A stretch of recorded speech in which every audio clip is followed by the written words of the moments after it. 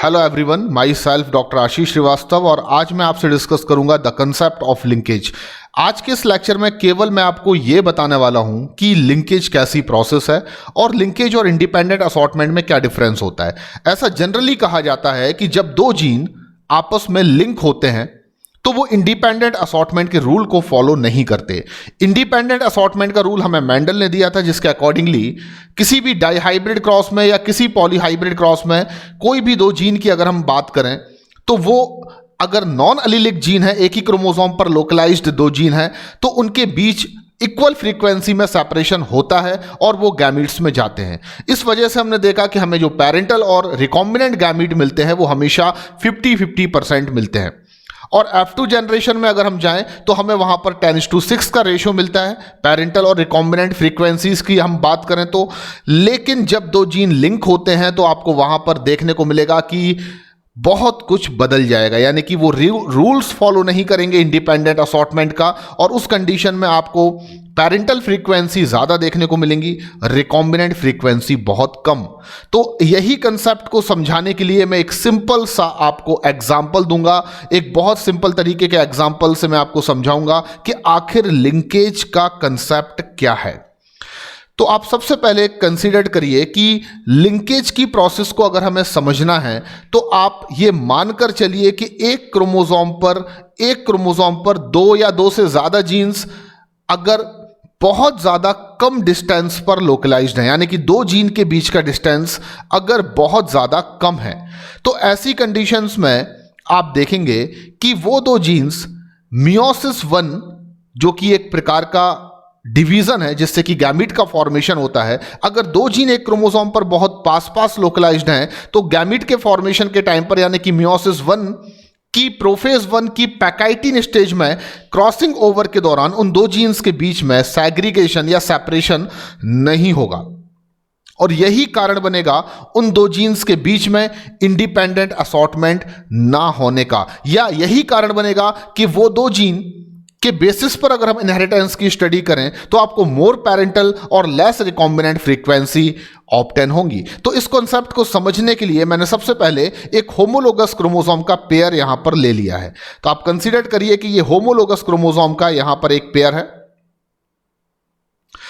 अब आपको यहां पर देखना है कि अगर हम तीन जीन्स को यहां पर लोकलाइज्ड करना चाहते हैं, फॉर एग्जाम्पल मैंने यहां पर ए को किया कैपिटल ए, यहां पर कैपिटल बी, और यहां बहुत ज्यादा दूरी पर मैंने कैपिटल सी एक जीन लिया। अब हम सभी जानते हैं कि एक क्रोमोसोम के ये दो क्रोमेटिड्स आपस में क्या हैं, तो ये सिस्टर क्रोमेटिड्स हैं, और सिस्टर क्रोमेटिड्स पर प्रेजेंट जो हमेशा अलील्स होते हैं वो बिल्कुल सेम होते हैं, क्योंकि डीएनए रेप्लिकेशन से ही जो डीएनए होता है रेप्लिकेटेड वो दूसरे क्रोमेटिड्स पर जाकर अपने आप को कंडेंस कर लेता है। तो एक ही क्रोमोसोम के दो क्रोमेटिड्स हमेशा सिस्टर क्रोमेटिड्स हैं यहां पर, जिस पर जीन्स की लोकेशन में आपको दिखा रहा हूं capital A, capital B, capital C. तो दूसरे क्रोमेटिड्स पर भी यही जीन होंगे, यानी capital A, capital B and capital C. अब ये दूसरा रेड कलर से दिखा रहा हूं जो मैं, ये दूसरा होमोलोगस क्रोमोसोम है जिसमें यहां पर जीन्स को मैं बना देता हूं small A, small b and small c, और यहां पर भी small A, small b and small c. अब हमें यह समझना है कि अगर दो जीन के बीच का डिस्टेंस कम है तो क्या कारण होगा कि वो दो जीन्स गैमीट्स के फॉर्मेशन के टाइम पर एक दूसरे से सेपरेट या सेग्रीगेट नहीं होंगे। दो नॉन एलीलिक जीन जब एक दूसरे से सेपरेटेड नहीं होंगे तो सीधा फर्क ये पड़ेगा कि आपको रिकॉम्बिनेंट गैमीट या तो कम मिलेंगे या हो सकता है नहीं मिले, और उस कंडीशन में आप F2 जनरेशन तक जब जाएंगे तो पैरेंटल फ्रीक्वेंसी आपको ज्यादा मिलेंगी और रिकॉम्बिनेंट फ्रीक्वेंसी बहुत कम। तो इस कंसेप्ट को समझने के लिए मैंने एक होमोलोगस क्रोमोसोम का पेयर लिया। उस होमोलोगस क्रोमोसोम के पेयर पर मैंने आपको दिखा दिया तीन जीन्स की लोकेशन ए, बी और सी। अब हम सभी जानते हैं कि मियोसिस 1 एक ऐसी प्रोसेस है जिसकी प्रोफेज 1 में, मियोसिस 1 में आप देखते हैं 4 फेजेस होती हैं, प्रोफेज 1, मेटाफेज 1, एनाफेज 1, टीलोफेज 1। तो मियोसिस 1 की जो प्रोफेज 1 होगी, और प्रोफेज 1 में 5 सब फेज होती हैं, उसमें से जो एक फेज होगी जिसको मैं यहां पर नाम लिख रहा हूं पैकाइटिन, तो आप कंसीडर करिए कि मियोसिस 1 की प्रोफेज 1 की पैकाइटिन स्टेज में, जिसमें कि क्रॉसिंग ओवर होता है, जिसमें कि क्या होता है, crossing over. And what is the meaning of crossing over? तो आप देखेंगे होमोलोगस क्रोमोसोम की दो नॉन सिस्टर क्रोमेटिड्स के बीच में होमोलोगस पार्ट की एक्सचेंजिंग जो है वही क्रॉसिंग ओवर है। अगर आपको मियोसिस का कंसेप्ट क्लियर नहीं है तो आप सबसे पहले मियोसिस लेक्चर को अच्छे से देखिए और आप मियोसिस के कंसेप्ट को ध्यान से पढ़िए। तो मैं आपको अभी इतना बता सकता हूं कि अगर दो क्रोमोसोम होमोलोगस हैं तो during the gamete formation meiosis 1 की प्रोफेज 1 की पैकाइटिन स्टेजेस में होमोलोगस क्रोमोसोम के दो नॉन सिस्टर क्रोमेटिड्स, यानी कि ब्लू कलर वाला और रेड कलर वाले दो क्रोमेटिड्स को मैं यहां पर क्या कंसीडर करूंगा, they are non sister chromatids. ये नॉन सिस्टर क्रोमेटिड्स हैं। तो क्रॉसिंग ओवर हमेशा किनके बीच होता है? होमोलोगस क्रोमोसोम के बीच होता है।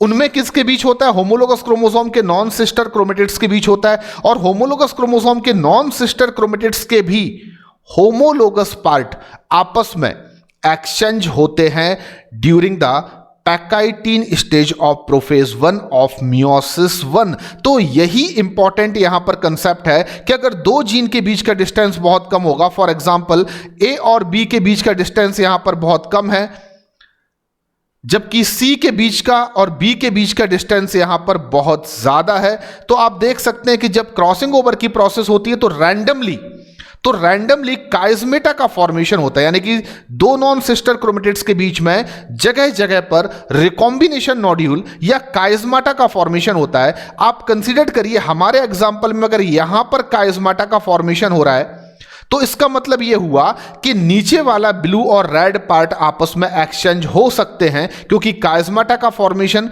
इस पर्टिकुलर लोकेशन पर हो रहा है।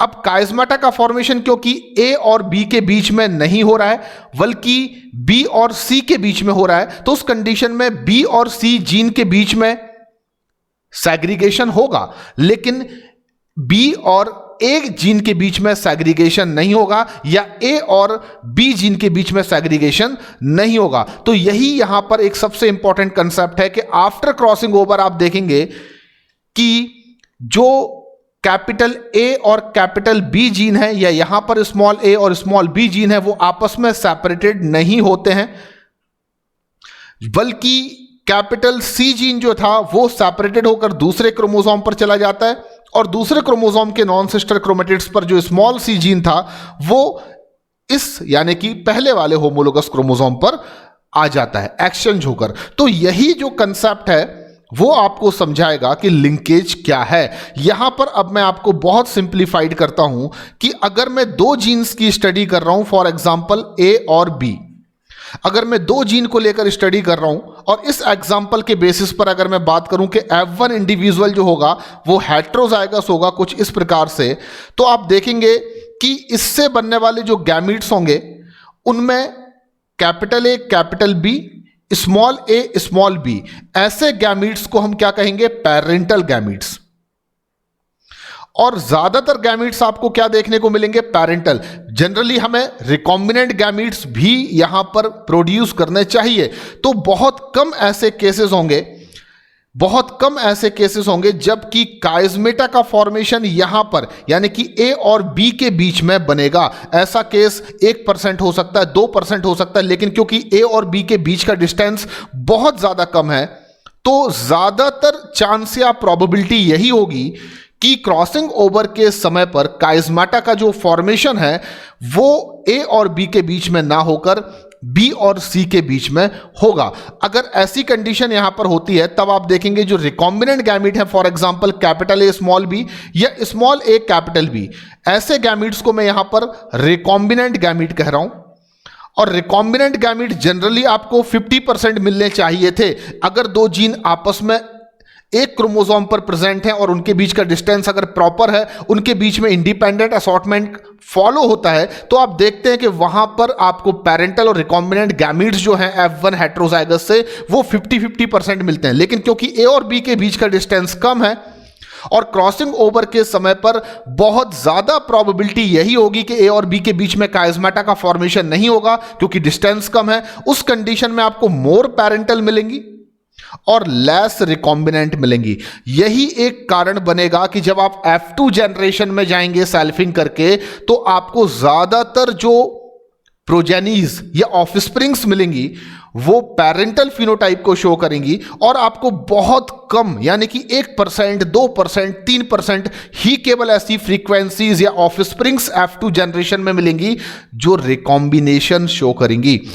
तो मैं यहां पर अब एकदम स्पष्ट तरीके से कह सकता हूं कि लिंकेज का सीधा रिलेशन जिस डिस्टेंस बिटवीन जीन्स है, अगर दो जीन्स के बीच का डिस्टेंस या दूरी बहुत ज्यादा कम है तो वो दो जीन आपस में लिंक जीन्स माने जाएंगे, और उनके बीच में डिस्टेंस कम होने की वजह से क्रॉसिंग ओवर के दौरान उनके बीच सेपरेशन या सेग्रीगेशन नहीं होगा। इससे सीधा फर्क ये पड़ेगा कि प्रोजेनीज जो प्रोड्यूस होंगी F2 जनरेशन में वो ज्यादातर पेरेंटल फिनोटाइप वाली होंगी, और बहुत कम ऐसी प्रोजेनीज होंगी जो कि रिकॉम्बिनेंट फिनोटाइप को शो करेंगी। यानी कि लिंक जीन कभी भी इंडिपेंडेंट असॉर्टमेंट के रूल्स को फॉलो नहीं करते। ये सबसे इंपॉर्टेंट यहां पर आपको स्टेटमेंट याद रखना है। अगर दो जीन लिंकेज शो करते हैं तो दैट मीन्स कि वो कभी भी इंडिपेंडेंट असॉर्टमेंट का रूल फॉलो नहीं करेंगे। अब मैं आपको एक एग्जाम्पल के थ्रू समझाता हूं कि लिंकेज में आखिर ऐसा क्या है जिसकी वजह से दो जीन के आपस में सेग्रीगेट होने की प्रोबेबिलिटी जो है वो कम हो जाती है या खत्म हो जाती है। तो आप एक एग्जाम्पल यहां पर समझिए। मान लीजिए A, B और C नाम के यहां पर 3 स्टूडेंट्स हैं, यानी कि एक स्टूडेंट का नाम A है, एक स्टूडेंट का नाम यहां पर है B, और एक स्टूडेंट है जिसका नाम है C। आपने कंसीडर किया कि आपके पास 3 स्टूडेंट हैं जिसमें से एक का नाम A है, एक का नाम B है, एक का नाम C है। अब ये तीनों स्टूडेंट्स जो हैं वो किसी एक एग्जाम का, फॉर एग्जांपल ये नीट का फॉर्म जो है वो एप्लीकेशन फॉर्म जो है वो फिल करने आते हैं ऑनलाइन। और जब ये नीट का एग्जामिनेशन फॉर्म ऑनलाइन फिल करने जाते हैं तो जो A और B नाम के स्टूडेंट हैं वो एक साथ यानी कि एक ही जगह पर, एक ही कंप्यूटर सेंटर पर जाकर एक समय पर अपने एप्लीकेशन फॉर्म को सबमिट करते हैं। तो A और B ने एक साथ यानी कि एक ही समय पर अपने एप्लीकेशन फॉर्म को क्या किया, नीट के एप्लीकेशन फॉर्म को सबमिट किया। जबकि जो C नाम का स्टूडेंट है वो बहुत दिनों के बाद, 2-4 दिन बाद किसी दूसरे कंप्यूटर सेंटर पर जाकर अपने नीट के फॉर्म को सबमिट करता है।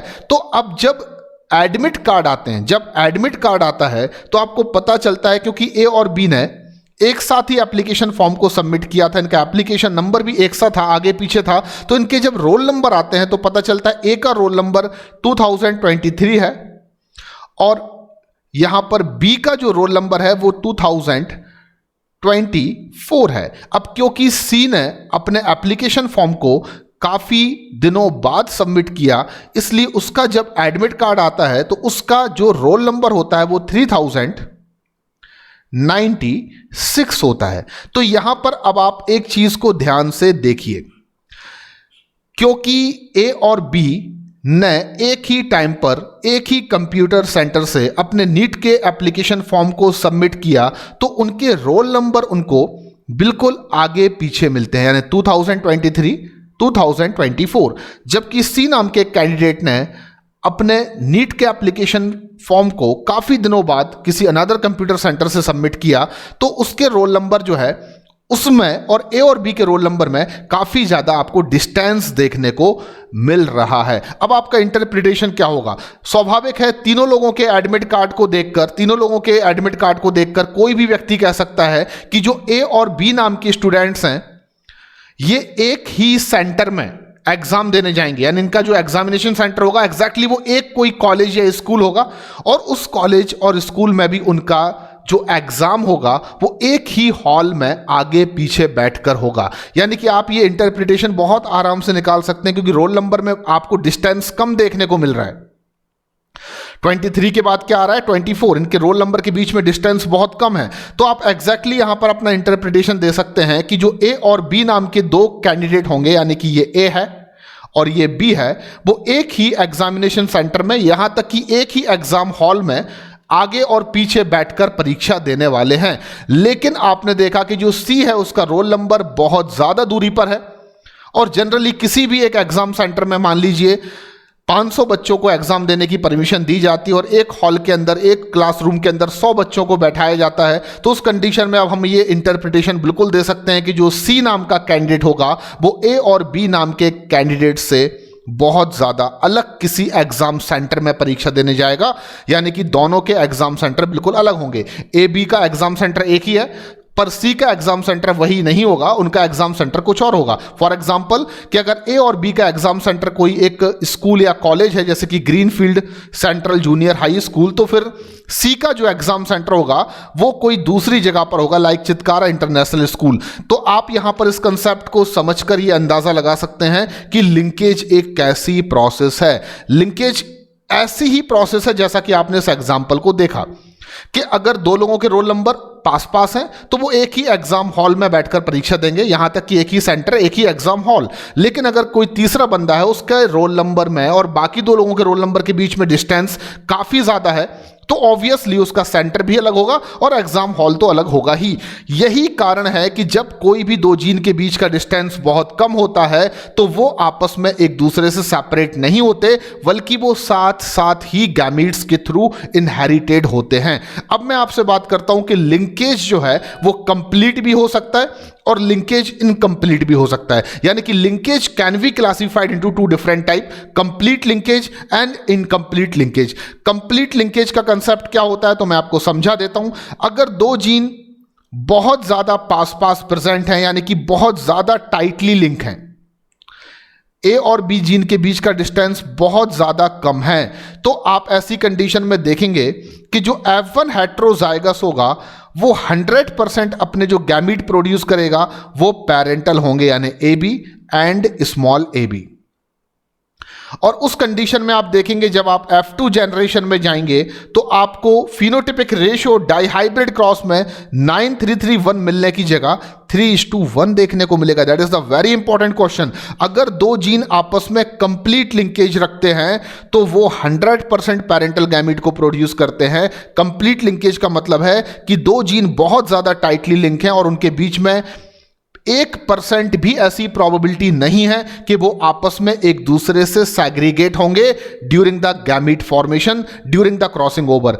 ऐसी कंडीशन में 100% गैमीट आपको पैरेंटल मिलेंगे, और अगर 100% गैमीट पैरेंटल होंगे, जीरो रिकॉम्बिनेंट, तो स्वाभाविक है कि F2 जनरेशन उस डाइहाइब्रिड क्रॉस की जब आप देखेंगे तो उसका जो फिनोटाइपिक रेशियो होगा just like mono hybrid cross, यानी कि 3:1। आप चाहें तो ये कर देख सकते हैं। लेकिन इनकम्प्लीट लिंकेज में क्या होता है कि दो जीन के बीच का डिस्टेंस डेफिनेटली कम होता है, लेकिन बहुत ज्यादा टाइटली लिंक नहीं होते, बल्कि वो थोड़ा सा लूजली लिंक होते हैं। उनके बीच का डिस्टेंस एटलीस्ट इतना होता है कि 1 या 2% ये चांस हमेशा बने होते हैं कि ड्यूरिंग द गैमीट फॉर्मेशन उन जीन्स के बीच सैग्रीगेशन होगा। उस कंडीशंस में आप देखेंगे जो F1 हेट्रोजाइगस होता है वो 4 डिफरेंट टाइप के गैमीट डेफिनेटली प्रोड्यूस करेगा। 4 डिफरेंट टाइप गैमीट्स प्रोड्यूस करेगा, like capital A capital B, small A small B, capital A small B, small A capital B, जिनमें से हम जानते हैं इन गैमीट्स को हम पैरेंटल गैमीट कहेंगे और इनको हम रिकॉम्बिनेंट गैमीट कहेंगे।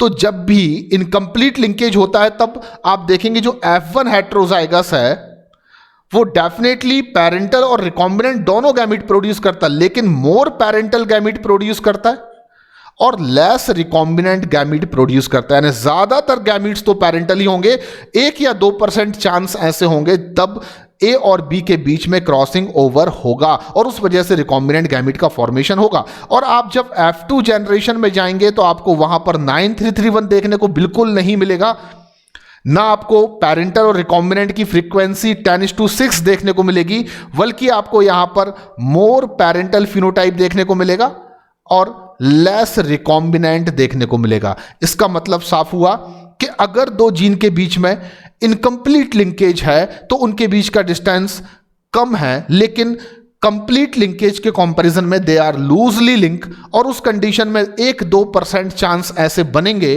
तब जबकि ए और बी के बीच में काइज़माटा का फॉर्मेशन होगा और उनके बीच में सेग्रीगेशन डेफिनेटली होगा।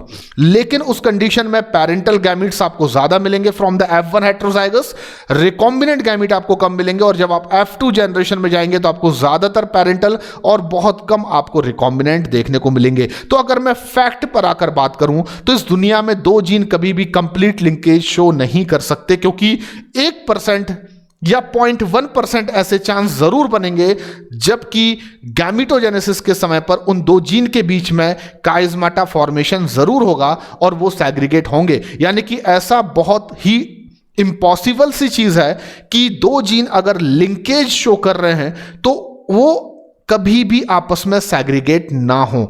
वो 1% केस में या 0.1% केस में ऐसा जरूर होगा कि वो सेग्रीगेट होंगे, पर फिर भी आप उनको लिंक जीन कहेंगे और इस प्रोसेस को लिंकेज कंसीडर करेंगे। उसका रीजन क्योंकि आपको पेरेंटल फ्रीक्वेंसी F2 जनरेशन में ज्यादा मिलेंगी और रिकॉम्बिनेंट फ्रीक्वेंसी आपको बहुत कम मिलेंगी। अब मैं बात करता हूं linkage versus independent assortment. Independent assortment Mendel का एक बहुत इंपॉर्टेंट लॉ है, जिसमें हम देखते हैं कि किसी डाई हाइब्रिड क्रॉस में दो जीन ए और बी एक दूसरे से बहुत ज्यादा डिस्टेंस पर अगर प्रेजेंट हैं तो डेफिनेटली आप देख रहे हैं अगर ए और बी के बीच का डिस्टेंस बहुत ज्यादा है या ए और बी जीन्स दो डिफरेंट क्रोमोसोम पर प्रेजेंट हैं तो उस कंडीशन में डेफिनेटली काइज़माटा का फॉर्मेशन कहीं पर भी हो ये चांस बिल्कुल 50% रहेंगे कि ए और बी जीन आपस में सेग्रीगेट होंगे। और उस वजह से आप देख सकते हैं आपको पेरेंटल और रिकॉम्बिनेंट गैमीट की जो फ्रीक्वेंसी देखने को मिलेगी वो बिल्कुल इक्वल देखने को मिलेगी। यानी कि capital A capital B parental gamete है, स्मॉल ए स्मॉल बी पेरेंटल गैमीट है, कैपिटल ए स्मॉल बी यहां पर रिकॉम्बिनेंट गैमीट है, स्मॉल ए कैपिटल बी यहां पर रिकॉम्बिनेंट गैमीट्स हैं। यानी कि सभी गैमीट्स जो हैं वो 25% यहां पर प्रोड्यूस होंगे in the case of independent assortment. इसका मतलब साफ हुआ कि अगर दो जीन आपस में दूर दूर प्रेजेंट हैं, उनके बीच का डिस्टेंस प्रॉपर है, तो वो इंडिपेंडेंट असॉर्टमेंट के रूल को फॉलो करते हैं और उस कंडीशन में हमेशा जो गैमीट प्रोड्यूस होते हैं वो गैमीट 50% पेरेंटल होंगे ही और 50% वो गैमीट्स रिकॉम्बिनेंट होंगे। और जब आप F2 जनरेशन में जाएंगे तो आपको हमेशा फिनोटिपिक रेशियो 9331 मिलेगा। इन अदर वर्ड्स आपको 10:6 का रेशियो मिलेगा, यानी कि 10 आपको पेरेंटल और 6 आपको रिकॉम्बिनेंट प्रोजेनीज देखने को मिलेंगी। अगर आप टेस्ट क्रॉस करते हैं यानी कि F1 हेटेरोजाइगस का क्रॉस रेसेसिव पेरेंट के साथ, तो हम जानते हैं कि हमें वहां पर 1:1 का रेशियो देखने को मिलेगा। लेकिन इसके अपोजिट अगर दो जीन आपस में लिंक हैं यानी ए और बी के बीच का डिस्टेंस अगर मान लीजिए ज्यादा नहीं है, तब बदलाव क्या आने वाले हैं। तो पहला बदलाव ये आएगा कि F1 हेटेरोजाइगस जो होगा, F1 हेटेरोजाइगस, ये किस में बात कर रहा हूं मैं, in the case of linkage. In the case of linkage आप देखेंगे जो F1 हेटेरोजाइगस होगा, जब आप उसकी सेल्फिंग करेंगे तो आपको F2 जनरेशन में 10:6 का रेशियो नहीं मिलेगा, बल्कि मोर पेरेंटल और लेस रिकॉम्बिनेंट आपको प्रोजेनीज देखने को मिलेंगी। और सेकंड कंडीशन आप याद रखिए कि अगर हम लिंकेज के केस में F1 हेटेरोजाइगस का क्रॉस रेसेसिव पेरेंट से करते हैं, रेसेसिव पेरेंट मतलब हम टेस्ट क्रॉस करते हैं, तो उस कंडीशन में आपको रेशियो जो है वो 1:1 देखने को नहीं मिलेगा। यानी कि पेरेंटल और रिकॉम्बिनेंट फ्रीक्वेंसी आपको 50% देखने को नहीं मिलेंगी, बल्कि यहां पर भी आपको मोर पेरेंटल और लेस रिकॉम्बिनेंट देखने को मिलेंगी। और हमेशा याद रखिए अगर दो जीन के बीच लिंकेज कंप्लीट है तो फिर बात बिल्कुल बदल जाती है। फिर तो F2 जनरेशन में आपको F1 की सेल्फिंग करने पर फिनोटिपिक रेशियो 3:1 मिलता है और आपको 100% गैमीट F1 हेटेरोजाइगस से पेरेंटल मिलते हैं। तो आई होप कि आपने इस कंसेप्ट को समझा होगा। बहुत डिफिकल्ट है मैं जानता हूं, लेकिन अगर आपने इस कंसेप्ट को नहीं समझा है तो आप बिलीव कीजिए आप लिंकेज और रिकॉम्बिनेशन टॉपिक को NCERT से नहीं पढ़ सकते। तो अब आपने अपने आप को प्रिपेयर्ड कर लिया है। अगले लेक्चर में मैं आपसे डिस्कस करूंगा लिंकेज एंड रिकॉम्बिनेशन को एज पर NCERT, यानी कि NCERT के अकॉर्डिंगली मैं आपको TH मॉर्गन के क्रॉस ए और क्रॉस बी को समझाऊंगा और बताऊंगा कि क्रॉस ए में आखिर ऐसा क्या हो रहा है कि बॉडी कलर और कलर ऑफ आईज के बीच जो हम क्रॉस करते हैं वो दो जीन लिंकेज शो करते हैं। तब तक के लिए थैंक यू वेरी मच, धन्यवाद।